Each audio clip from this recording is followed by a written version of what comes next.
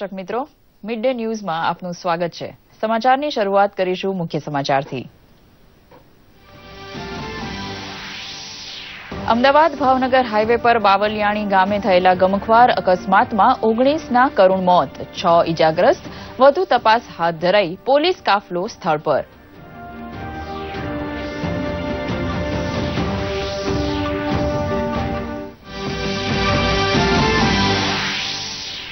અમરેલીમાં ભાયાવદર ગામે શોર્ટ સર્કિટથી 5 વ્યક્તિના મોત, આયોજન પૂર્ણ થયા બાદ મંડપ ઉઠાવતા બની ઘટના।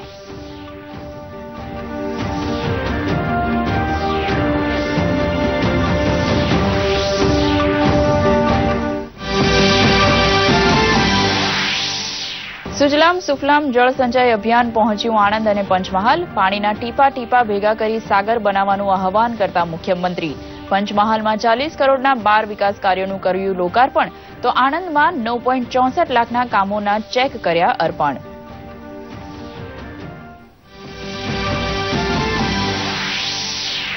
દુનિયાભરમાં રોકાણકારોને આકર્ષતી વાઇબ્રન્ટ ગુજરાત સમિટ યોજાશે 18, 19, 20 જાન્યુઆરી 2019ના રોજ। મહાત્મા મંદિરમાં ઓટોમોબાઈલ કોમ્પોનન્ટ ઉત્પાદકોની સમિટને સંબોધતા મુખ્યમંત્રી ઓટો હબ બની રહેલા ગુજરાતમાં મેક ઇન ઇન્ડિયાના સંકલ્પ સાથે વધુ રોકાણ કરવા કરી અપીલ। કેરળના દરિયાકાંઠે નૈઋત્યના ચોમાસું 3 દિવસ વહેલું 29મી મેના રોજ બેસશે, પરંતુ ગુજરાતમાં 2 દિવસ હીટ વેવની આગાહી। કંડલા પોર્ટ ખાતે ગઈકાલે હતું સૌથી વધુ તાપમાન।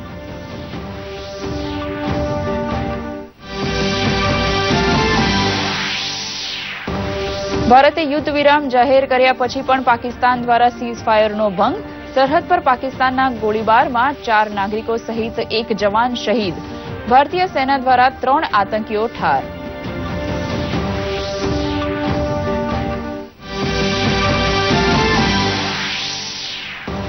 કર્ણાટક વિધાનસભામાં આજે યેદિયુરપ્પા સરકારનું બહુમતી પરીક્ષણ, સત્તા માટેના સંગ્રામ વચ્ચે સુપ્રીમ કોર્ટનો એસિડ ટેસ્ટનો આદેશ। કર્ણાટક વિધાનસભાની કાર્યવાહીનો પ્રારંભ, સિદ્ધારામૈયા અને યેદિયુરપ્પાએ કર્યા શપથ ગ્રહણ। વિધાનસભામાં કોંગ્રેસના 2 ધારાસભ્યો ગેરહાજર। પ્રધાનમંત્રી નરેન્દ્ર મોદી આજે લેહ, લદ્દાખ, જમ્મુની મુલાકાતે, જોઝિલા ટનલનો કર્યો શિલાન્યાસ। કિશનગંગા હાઇડ્રો ઇલેક્ટ્રિસિટી પ્રોજેક્ટનું લોકાર્પણ ઉપરાંત કેટલાક વિકાસ કામોનું લોકાર્પણ કરશે પ્રધાનમંત્રી।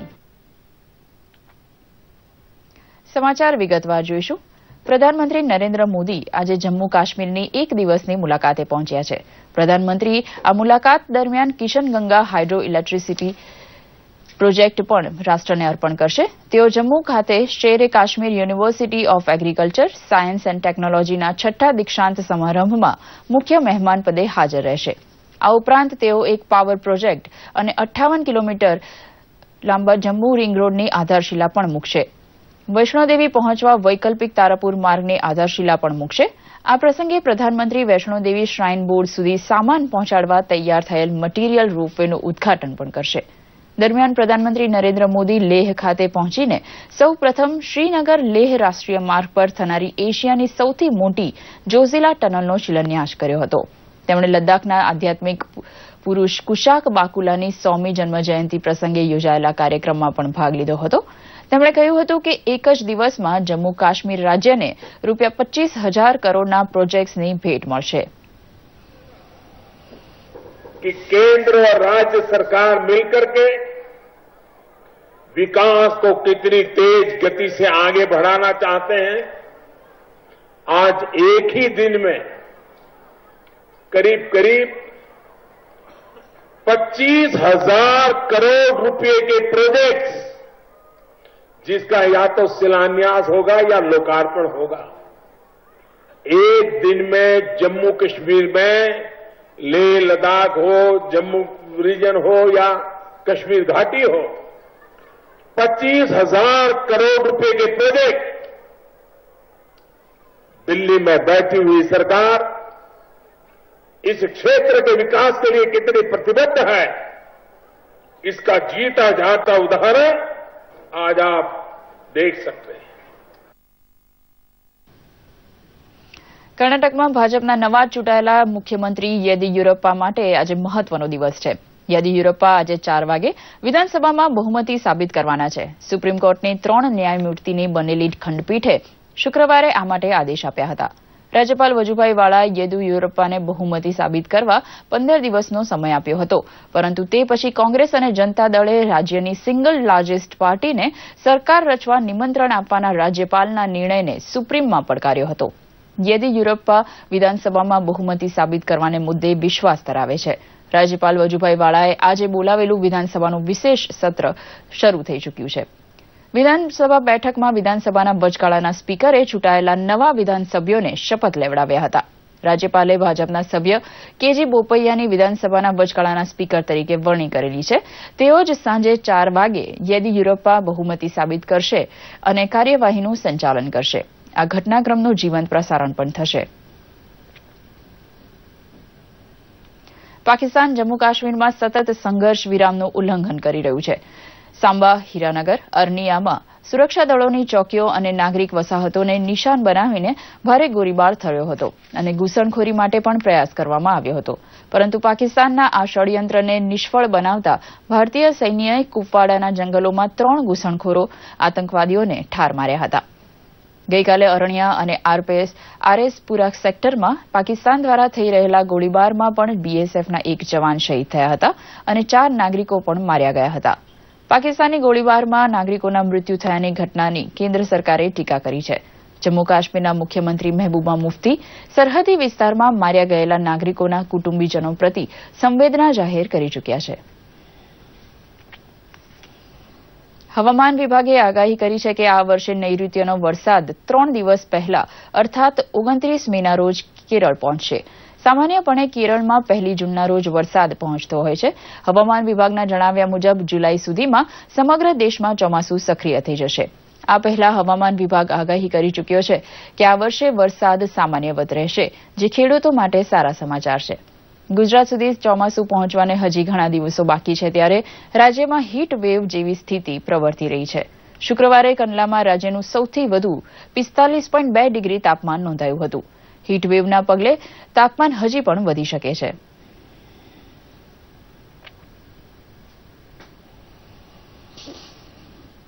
ગરમી ખૂબ જ પડે છે. અત્યારે માણસોને ખૂબ તકલીફ પડે છે અને ગરમીના કારણે આ બધું પ્રદૂષણના કારણે ગરમી પડે છે. આપણે સમજીએ છીએ. ભાવનગર અમદાવાદ હાઈવે પર રાત્રે 2:30 વાગે સર્જાયેલી અકસ્માત દુર્ઘટનાએ 12 મહિલા, 3 બાળક અને 4 પુરુષનો ભોગ લીધો હતો. રાજુલાના કુવાયા ગામેથી સિમેન્ટ ભરીને દહેજ તરફ જઈ રહેલી ટ્રકમાં 25 જેટલા શ્રમિકોને ગેરકાયદે બેસાડી દેવામાં આવ્યા હતા. પરંતુ ભાવનગર નજીક પાવલિયાણી ગામે રાત્રે ટ્રકે પલટી ખાઈ લીધી હતી અને 19 લોકોના મૃત્યુ થયા હતા. 6 ઇજાગ્રસ્તોને સારવાર માટે હોસ્પિટલમાં દાખલ કરવામાં આવ્યા હતા. બાજરીના ખેતરોમાં મજૂરી કરી પરત ફરી રહેલા શ્રમિક પરિવારો ટ્રકમાં બેઠા હતા. તમામ મૃતકો તળાજાના સરતાનપુરા ગામના શ્રમિકો છે. ભાવનગર રૂરલ પોલીસે ઘટના સ્થળે પહોંચીને તરત બચાવ કામગીરી શરૂ કરી દીધી હતી. વડાપ્રધાન મોદી અને મુખ્યમંત્રી વિજય રૂપાણીએ મૃતકોના પરિવારજનો પ્રતિ સંવેદના જાહેર કરી છે. રાજ્ય સરકાર દ્વારા ₹4 લાખની સહાય આપવાની જાહેરાત પણ થઈ ચૂકી છે. બાબતની મૂંઝવણ વગર ખર્ચ કરવાની તૈયારી છે. સાયકેટ્રિસ્ટની અથવા તો ન્યુરોની જરૂર હતી, એમને પણ બોલાવી લીધા છે અને એમને પણ એમનો તપાસ કરી લીધી છે. જરૂર જણાય ભાવનગરની અંદર શેરટી હોસ્પિટલમાં તમામ સારવાર ઉપલબ્ધ છે. બહાર જરૂર પડશે તો ખાનગી હોસ્પિટલમાં જરૂર પડશે તો અને અમદાવાદ લઈ જવાની જરૂર પડશે તો એ પણ કરવાની તૈયારી છે. સ્થળની મુલાકાત લેતા ટોટલ 18 માણસ અહીંયા મૃત્યુ પામેલ છે. બધા સુરતાનપુરા તાલુકો તળાજા ગામના રહીશો છે અને એમાં 12 મહિલા છે, 3 પુરુષ છે, 3 બાળકો છે અને 1 માણસ હમણાં 19મો માણસ હોસ્પિટલમાં મૃત્યુ પામેલ છે અને 6 માણસ સારવાર હેઠળ છે અને વિગતવાર પીએસઆઈનો રિપોર્ટ આવ્યા પછી આગળ તપાસ કરવામાં આવશે. ડ્રાઈવરે કાબુ ગુમાવતા ટ્રક પલટી ખાઈ ગયેલ અને પલટી ખાતા આમાંથી 18 માણસો સ્થળ ઉપર મૃત્યુ થયેલ છે અને 7 માણસોને પોલીસ દ્વારા હોસ્પિટલ ખાતે ટ્રાન્સફર કરતા તે પૈકીના એક વ્યક્તિ ત્યાં હોસ્પિટલ ખાતે મરણ જતા 6 માણસો હાલ સારવાર હેઠળ છે. ડ્રાઈવર જે તે વખતે એક્સિડન્ટ થતા સ્થળ ઉપર ટ્રક છોડી અને ભાગી ગયેલ છે. અમરેલી જિલ્લાના વાડિયા તાલુકાના ચોકી ગામે મખન બાપાના મંદિર સંકુલમાં શિવકથાનું આયોજન થયું હતું. શિવકથા સપ્તાહ પૂરું થતા શમિયાણો ખોલાઈ રહ્યો હતો ત્યારે ઇલેક્ટ્રિક કરંટ લાગતા 5 વ્યક્તિના મૃત્યુ થયા હતા. મંડપ સર્વિસના મજૂર શમિયાણો ખોલી રહ્યા હતા ત્યારે જ લોખંડના ટેબલનો સંપર્ક વીજ વાયર સાથે થઈ જતા આ દુર્ઘટના સર્જાઈ હતી. આ ઘટનામાં ઈજા પામેલા 6ઠ્ઠા શ્રમિકને સારવાર માટે કુકાવાવ હોસ્પિટલમાં દાખલ કરવામાં આવ્યો હતો અને ઘટનાની તપાસ થઈ રહી છે.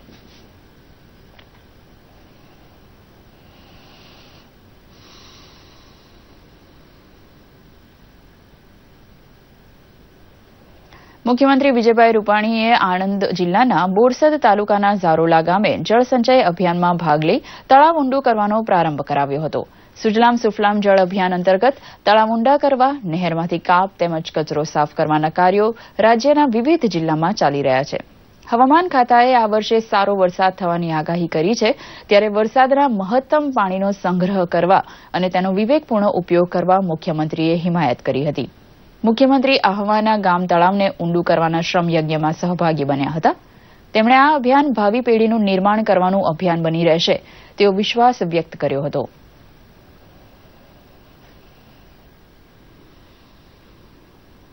જે રિપોર્ટ આવ્યો છે 74% કામ પ્રગતિ સંતોષજનક રીતે આગળ વધી ગઈ છે. 3 દિવસમાં બાકીના 25%માં પણ આપણે આગળ વધી જશું. આપણું લક્ષ્યાંક જે છે 13,000 તળાવો ઊંડા કરવા, કેનાલો સાફ કરવી, નદીને રિચાર્જ કરવી, એ બધું આપણે 100% લક્ષ્યાંકને સિદ્ધ કરી અને આ મોટું ભારતનું જળ અભિયાન એને આપણે સફળતાપૂર્વક આગળ પાર પાડી રહ્યા છીએ.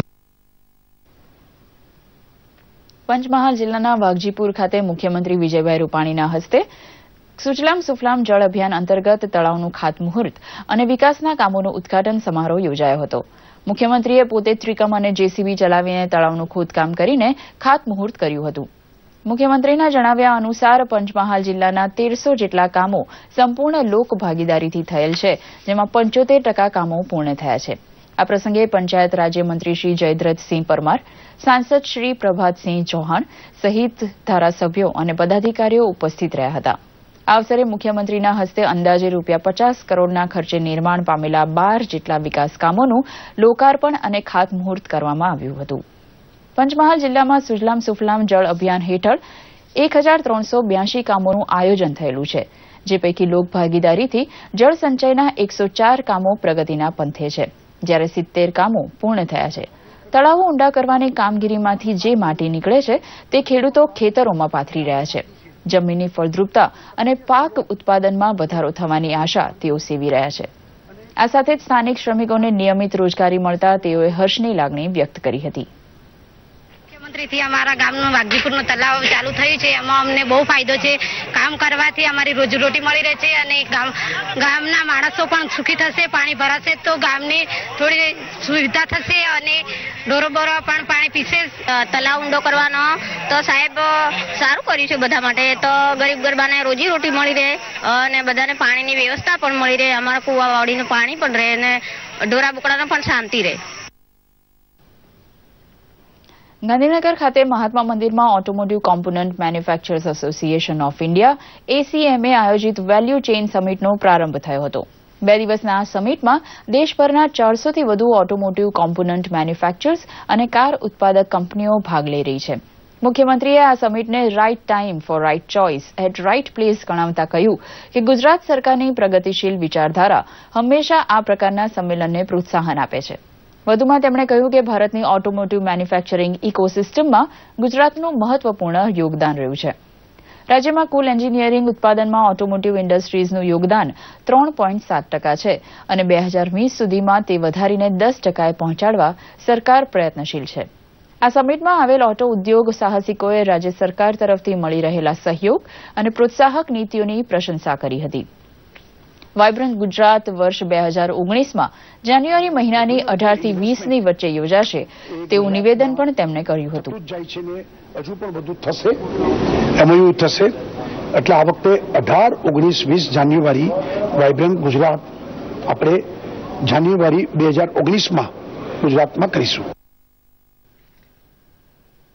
ગુજરાત રાજ્ય જમીન વિકાસ નિગમના MD KS દેત્રોજાની અપ્રમાણસરની મિલકતોના પ્રકરણમાં ACB તપાસ કરી રહી છે. ત્યારે આ તપાસનો રેલો મોરબી સુધી પહોંચ્યો છે.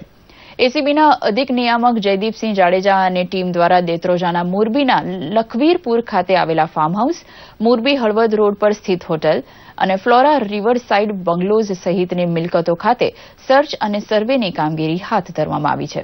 જમીન વિકાસ નિગમના એમડી કેએસ દેત્રોજાના કિસ્સામાં તેમની રાજ્યભરની અપ્રમાણસરની મિલકતો અંગે તપાસ ચાલી રહી છે.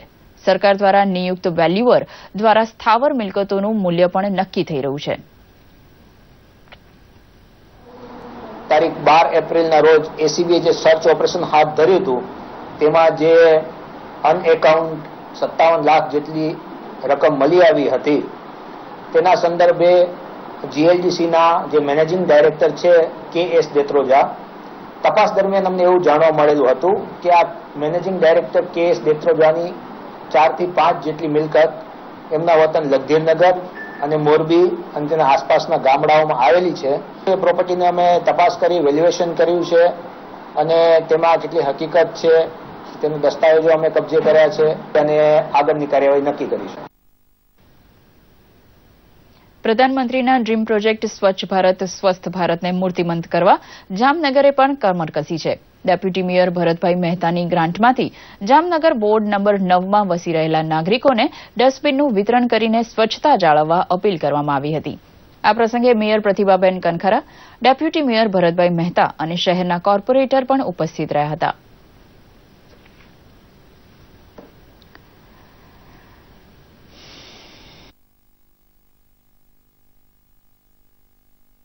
આ કાર્યક્રમની અંદર 2 પ્રકારના ડસ્ટબિન લોકોને દેવામાં આવે છે. એક ડસ્ટબિન છે એમાં ભીડનો કચરો રાખવાનો રહેશે અને એક ડસ્ટબિન છે એમાં સૂકો કચરો રાખવાનો રહેશે. આ 2 ડસ્ટબિન હરેક ઘરે દેવાથી એક અવેરનેસ અને એક સફાઈની જે ઝુંબેશ છે એને ગતિ મળશે અને લોકો પોતાનો કચરો જે ઓપન પોઈન્ટ ઉપર અને શેરીમાં નાખી દેતા હોય છે તે કચરો આની અંદર નાખવાથી શેરી પણ સ્વચ્છ રહેશે અને ઓપન પોઈન્ટના જે કચરાઓના પોઈન્ટો છે એ નાબૂદ થશે, જેને લીધે શહેર છે રણિયામણું અને સ્વચ્છ રહેશે. જે ડસ્ટબિન વિતરણ કરેલું છે એ ખૂબ સારામાં સારું કામ છે. અમારી એવી નમ્ર વિનંતી છે તમને પણ, તમારી ઘરે જો ડસ્ટબિન હોય તો પણ ભલે અને ન હોય તોય ભલે તમે કચરો શેરીમાં નાખવા કરતા ડસ્ટબિનમાં નાખો અને તમારી ઘરની ડસ્ટબિનનો પૂરતો ઉપયોગ કરો એવી મારી તમને સૌને નમ્ર વિનંતી. આ સ્વચ્છતાથી લોકો જોઈને પણ એવું લાગશે કે નહીં, આ ઘરે ઘરે જે ડસ્ટબિન આપ્યા છે ગ્રીન ને આ સૂકા અને લીલો કચરો ભરવા માટે, તો આપણે આજે છે આપણી રીતે જ આપણે જાતે જઈને જ આપણે આ રીતના કરવું જોઈએ કે કોઈના ઘરે પણ આ રીતના કચરો જોશે તો બીજાને જોઈને પણ એમ થશે કે નહીં આ ઘરે ઘરે આવી રીતના રાખ્યો છે. તો આ ખરેખર એક સારો અભિગમ છે. સુરતના પર્વત પાટિયા વિસ્તારમાં રહેતા પવન શર્માએ બાર્બી ડોલના વસ્ત્રોની ઇસ્ત્રી કરી શકાય તેવી 17 mm ઇસ્ત્રીનું સર્જન કરીને ગિનીઝ લિમ્કા બુક ઓફ રેકોર્ડ્સમાં સ્થાન મેળવ્યું હતું. હકીકતે પવન શર્માની નાનકડી દીકરીએ તેની બાર્બી ડોલના વસ્ત્રોને પ્રેસ કરી શકાય તે માટે ઇસ્ત્રીની જીત પકડી હતી. આ જીતને કારણે જ પવન શર્માએ 17 mmની લંબાઈ ધરાવતી 12 વોલ્ટ વીજળીથી ચાલતી ઇસ્ત્રી 7 જ દિવસમાં બનાવી દીધી હતી. જાણે લિમ્કા બુક વર્લ્ડ રેકોર્ડ્સમાં પવન શર્માને સ્થાન અપાવ્યું હતું. આ ઇસ્ત્રીનું નિદર્શન થયું ત્યારે તે ઇસ્ત્રીને જોવા સુરતવાસીઓ મોટી સંખ્યામાં પહોંચ્યા હતા. પવનભાઈની દીકરી હવે પોતાની બાર્બી ડોલના વસ્ત્રોને આ ઇસ્ત્રીથી પ્રેસ કરે છે.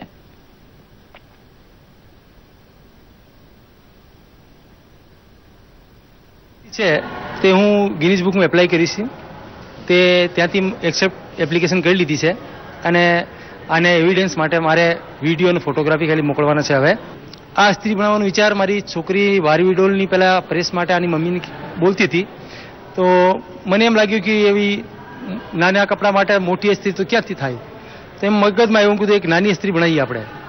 તો આમ થઈને પછી મને એમ લાગ્યું તો પછી હું આ બધી વસ્તુ ભેગી કરીને અને નાની ઇસ્ત્રી બનાવી. ન્યૂઝ મળ્યા કે આયનનું એક્ઝિબિશન છે તો અહીંયા આવ્યા અને વિચારેલું હતું કે નાની હશે પણ આટલી બધી નાની હશે એવું નહોતું વિચાર્યું.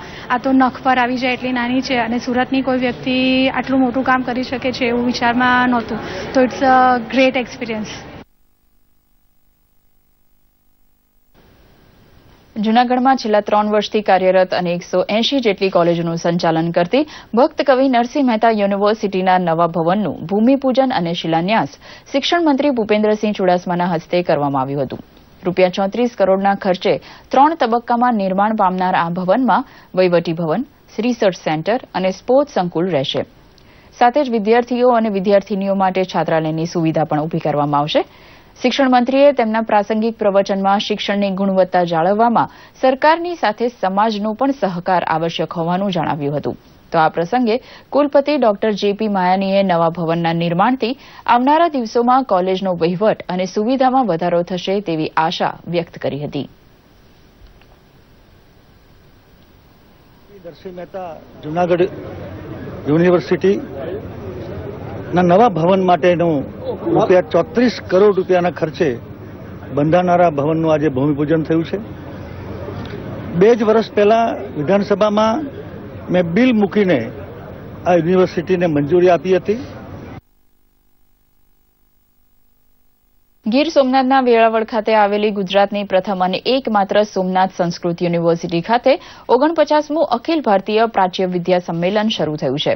આ ત્રિદિવસીય સંમેલનમાં દેશ વિદેશથી આવેલા સંસ્કૃત વિદ્વાનોએ પોતાના શોધપત્રો રજૂ કર્યા હતા. આ સંમેલનમાં 1000થી વધુ સંસ્કૃતના વિદ્વાનો ઉપસ્થિત રહ્યા. ગુજરાતના પૂર્વ મુખ્યમંત્રી અને સોમનાથ મંદિરના ટ્રસ્ટના અધ્યક્ષ કેશુભાઈ પટેલના હસ્તે આ સંમેલનનું ઉદ્ઘાટન કરવામાં આવ્યું હતું. આ પ્રસંગે ગુજરાતના શિક્ષણ મંત્રી ભૂપેન્દ્રસિંહ ચુડાસમાની વિશેષ ઉપસ્થિતિ રહી હતી. લઈને 3 દિવસ માટે ચિંતન થાય એ ભાષા માટે, સમાજ માટે અને શિક્ષણ માટે ખૂબ મોટી વાત છે. આજકાલ અન્ય ભાષાઓની સરખામણીમાં સંસ્કૃત ભાષા ઓછી લોકભોગ્ય છે. એને વધારે લોકભોગ્ય કેવી રીતે બનાવી શકાય? ખૂબ પવિત્ર ભાષા છે. એને દેવ ભાષા તરીકે પણ આપણે સૌ ઓળખીએ છીએ. હું તો એને બધી ભાષાની माता पण कहूँ छूं। संस्कृत के बहुत सारी शाखाएं, वेद, वेदांग, इसमें पूरे देश के विद्वान 1074 विद्वानों ने रजिस्ट्रेशन कराया। संस्कृत जब बोलचाल की नहीं रही तब भी 2500 वर्षों से हमारे देश को एकता के सूत्र में इसने पिरो रखा है। भाषा परंपरा से शिक्षण में भले ही कम हो गई हो, लेकिन अन्य विश्वविद्यालयों में वैज्ञानिक अन्य लोग अनौपचारिक रूप से संस्कृत को खूब पढ़ रहे हैं। ગુજરાત સરકારના સંયુક્ત ઉપક્રમે આંતરરાષ્ટ્રીય સંગ્રહાલય દિવસ નિમિત્તે એક વિશેષ કાર્યક્રમ યોજાયો હતો. વર્ષ 1977 થી 18મી મેના દિવસે આંતરરાષ્ટ્રીય સંગ્રહાલય દિવસ ઉજવવામાં આવે છે. આ પ્રસંગે વલસાડ જિલ્લાના ધરમપુર ખાતે આવેલ લેડી વિલ્સન મ્યુઝિયમમાં પ્રાંત અધિકારીના હસ્તે ક્ષત્રપકાલીન ગુજરાતના વિષય પર પોસ્ટર પ્રદર્શન ખુલ્લું મૂકવામાં આવ્યું હતું. આ પ્રસંગે મ્યુઝિયમ ઇન ઇન્ડિયા પર એક વિશેષ વ્યાખ્યાનનું આયોજન કરવામાં આવ્યું હતું, જેમાં ડોક્ટર ધીરજ ચૌધરીએ તેમના પ્રેઝન્ટેશન દ્વારા ભારતમાં આવેલ વિવિધ મ્યુઝિયમની ઝાંખી કરાવી હતી. આ ઉપરાંત અન્ય કાર્યક્રમનું પણ આયોજન કરવામાં આવ્યું હતું.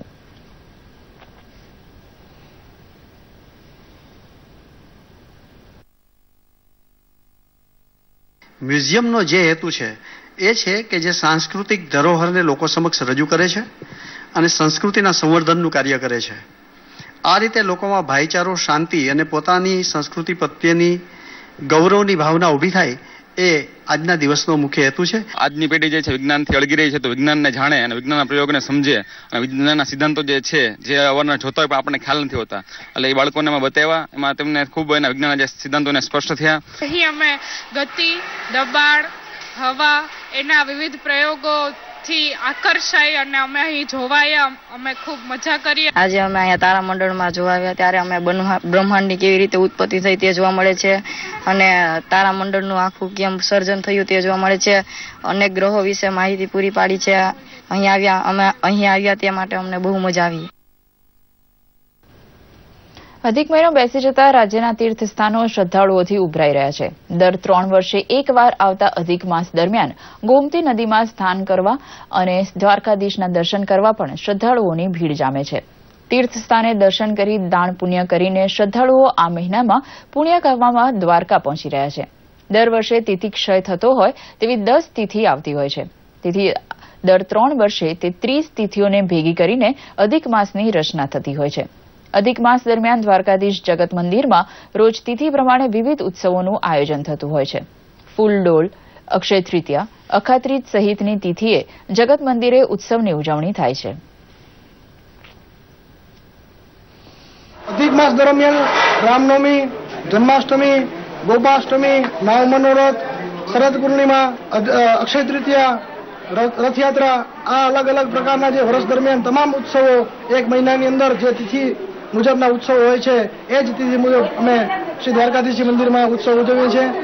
આપના માધ્યમથી અધિક માસની અંદર બહોળી સંખ્યામાં ભક્તો દર્શનનો લાભ લે એ હું આપ સૌને આપની માધ્યમથી કહું છું. શ્રી રામચંદ્ર.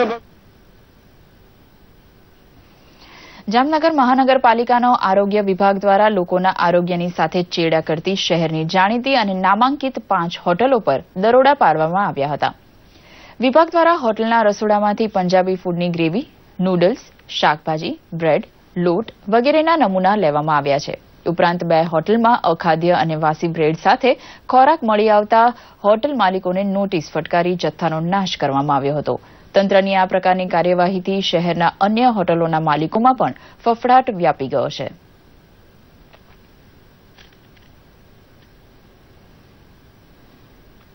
અમેરિકાના ટેક્સાસ પ્રાંતમાં એક શાળામાં થયેલા ગોળીબારમાં 10 લોકોના મૃત્યુ થયા છે અને એટલી જ સંખ્યામાં લોકોને ઈજા પહોંચી છે. હ્યુસ્ટનથી 50 કિલોમીટરના અંતરે આવેલી એક શાળાના વિદ્યાર્થીએ જ આ ગોળીબાર કર્યો હતો. મૃતકોમાં મહદઅંશે વિદ્યાર્થીઓનો સમાવેશ થાય છે. પોલીસે શંકાસ્પદ હુમલાખોરની ધરપકડ કરી લીધી હતી. અમેરિકા પ્રમુખ ટ્રમ્પે પણ શાળામાં બનેલી ગોળીબારની હત્યા પરત્વે દુઃખ વ્યક્ત કર્યું હતું.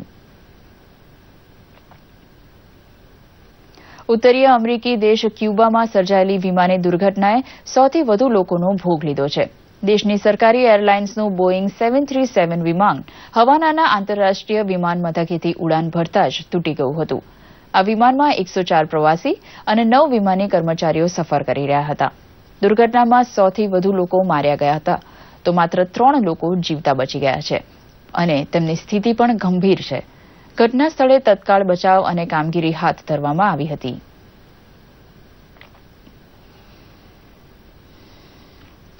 હાલ ગરમીનો પારો 42ને પાર પહોંચ્યો છે. ગરમીથી રક્ષણ મેળવવા સામાન્ય રીતે લોકો કૃત્રિમ અને બિન આરોગ્યપ્રદ ઠંડા પીણા પીતા હોય છે. તેવામાં નર્મદા જિલ્લાના લોકો ગરમી સામે રક્ષણ મેળવવા તાડ ફોડીનું ફળ વાપરી રહ્યા છે અને આ ફળની લોકપ્રિયતાના કારણે સ્થાનિક આદિવાસીઓને રોજગારી પણ મળી રહી છે. ઉલ્લેખનીય છે કે નર્મદા જિલ્લામાં મોટી સંખ્યામાં તાડના વૃક્ષો આવેલા છે. આ ફળ આરોગવાથી ઉનાળાની ગરમીમાં રાહત મળે છે.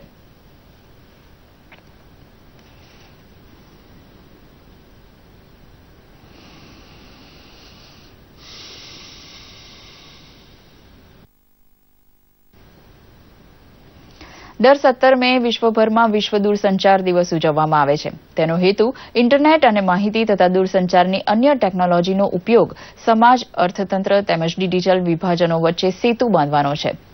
આ દિવસે પહેલા આંતરરાષ્ટ્રીય ટેલિગ્રાફ કન્વેન્શન પર હસ્તાક્ષર થયા હતા. આ વર્ષની થીમ તમામ લોકો માટે આર્ટિફિશિયલ ઇન્ટેલિજન્સનો હકારાત્મક ઉપયોગ શક્ય બનાવવાની હતી. અમદાવાદમાં ઇન્સ્ટિટ્યુશન ઓફ એન્જિનિયર્સના ગુજરાત કેન્દ્ર દ્વારા આ દિવસની ઉજવણી કરવામાં આવી હતી. હવે જોઈએ સોશિયલ મીડિયામાં ટ્રેન્ડ થયેલા કેટલાક સમાચારોનો અમારો ખાસ રિપોર્ટ.